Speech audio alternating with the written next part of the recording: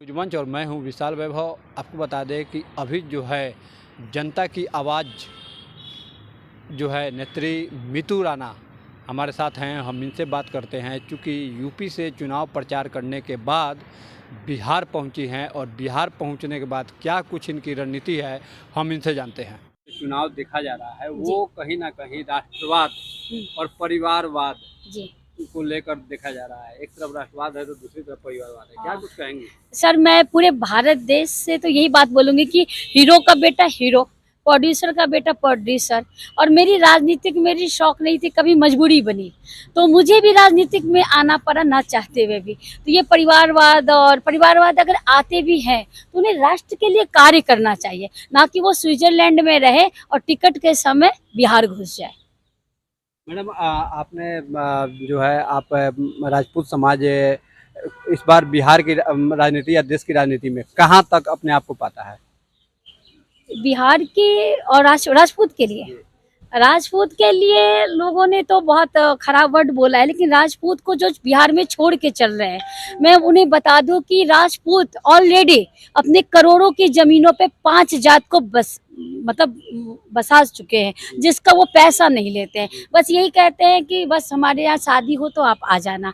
तो ये जो रणनीति है बिहार की, मैं स्पेशली कहती हूँ कि वो जो राजपूत को छोड़ के चल रहे हैं तो 5 जात उन्हीं के अंदर में है, उन्हें छोड़ के नहीं चलना। आज मैं राजपूत हूँ, मैं उत्तर प्रदेश से भी आई हूँ। रघुराज भैया की पार्टी जनसत्ता दल लोकतांत्रिक में भी मैं कार्य की, चूंकि वो भंग हो चुका तो अब मैं स्वतंत्र नेत्री हूँ।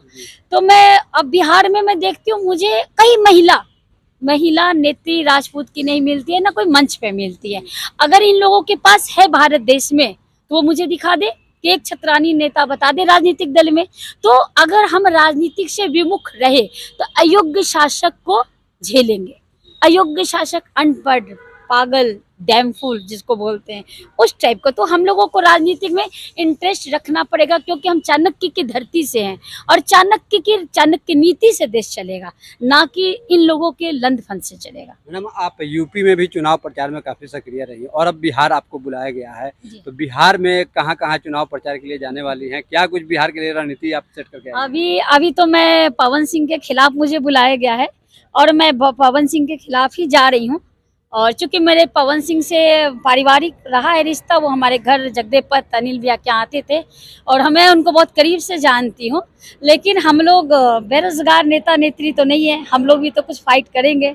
पवन सिंह अगर कलाकार हैं तो उनके लिए रील्स यूट्यूबर्स काफ़ी खड़े हैं, तो हम अपने नेताओं का जरूर साथ देंगे। मैडम अभी आपने राजपूत की बात कर रही थी, तो पवन सिंह भी तो राजपूत है, तो फिर उनका विरोध क्यों? अगर वो राजपूत अगर नेता हैं, उन्होंने वो एक आवेदन दिखा दे देश में कि उन्होंने एक आवेदन जनता के लिए दिया हो। आप गाना गाते हो तो गाना गाओ, हमने आवेदन दिया, हमने कार्य किया, तभी तो नेता बने।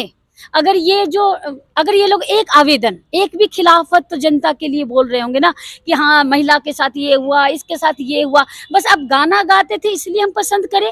आपने आवेदन कभी जनता के लिए दिया, जनता की तरफ से दिया है कि जनता को ये कष्ट है, यहाँ सड़क नहीं है, यहाँ नाली नहीं है, बस गए फॉर्म भरे नेता बन गए?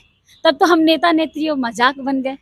हम तो देते हैं ना, हम तो लड़ते हैं ना, हम लोग तो बोलते हैं सड़क नहीं बना, ये नहीं बना, ये नहीं हुआ, वो नहीं हुआ, हम लोग फाइट करते हैं।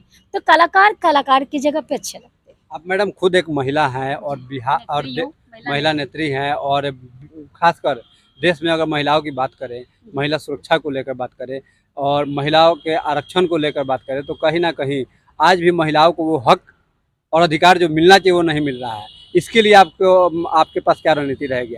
महिला का मैं ये कहूँगी कि जो भी अधिकारी जब अपने कार्य क्षेत्र में है, लेकिन फिर भी उनकी महिला जातीयता देश में कर रही है।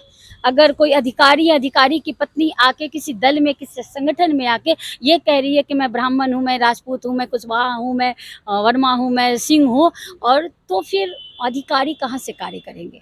जो पत्नी बोलेगी वही तो होगा। तो पहले इस चीज़ को मैं रोकूंगी कि नेत्री हो तो खुल के आओ, ना कि अपने पति के दम पर आओ। तभी तो ये पुरुष प्रधान देश होते जा रहा है। स्त्रियों की बात आप रोक दोगे क्यों? क्योंकि आपके अधिकारियों का मामला हो जाएगा।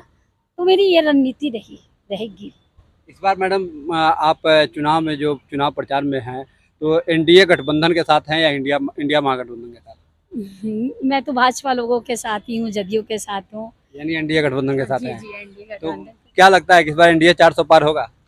हाँ, बिल्कुल होगा। अगर इन लोगों ने सपना देखा है, इन लोगों ने कार्य किया है वैसा, तो ज़रूर होगा। इन लोग एक-एक अपनी नीति बहुत अच्छे से एक-एक कदम बढ़ा रहे हैं। इनके जिला पदाधिकारी लोग बहुत अच्छे हैं, भाजपा वाले सब। हर लोग बहुत अच्छे से रिस्पेक्ट करते हैं, अनुशासन है। हम लोग को भी पहचान मिल रही है। एक आखिरी सवाल मैडम, आज प्रधानमंत्री बिहार 2 दिवसीय दौरे पर आ रहे हैं। इसको लेकर क्या कहेंगे? ये स्वागत है उनका पाटलिपुत्र धरती पर, हमारे चाणक्य की धरती पर। मैं कोशिश करूंगी ये देश चाणक्य नीति से वो चलाए और हम लोगों को जातीयता में ना बांधे। बस मैं यही अपील करूंगी मोदी जी से कि मैं एक महिला हूँ, जातीयता में ये देश ना बांधे, क्योंकि हम लोग बहुत परेशान हो जाते हैं महिला लोग। कहीं कोई सुनवाई नहीं होता है, सिर्फ जातीयता आ जाती है। फिर मैं जात की नेता और जात के दल के पास भागने लगती हूँ। नमस्कार। धन्यवाद। सुना, हमने मीतू राणा से बात किया और मीतू राणा कहीं ना कहीं जो है बिहार पहुंचते ही पवन सिंह को लेकर बड़ा हमला बोला है और उनका कहना है कि पवन सिंह सिर्फ फॉर्म भर देने से कोई नेता नहीं हो जाता है। तो कहीं ना कहीं पवन सिंह को लेकर बड़ा बयान दिया है और सीधा रूप से वो पवन सिंह के खिलाफ जो है प्रचार करने जाने वाली हैं। तो देखना है कि पवन सिंह के खिलाफ जब ये चुनाव प्रचार में जाती हैं तो क्या कुछ असर पवन सिंह के चुनाव पर पड़ता है, ये आने वाला वक्त बताएगा। 4 जून को पता लगेगा कि ऊँट किस करवट बैठता है। तो बने रहिए न्यूज़ मंच के साथ। न्यूज़ मंच के लिए नीरज कुमार के साथ विशाल वैभव, पटना।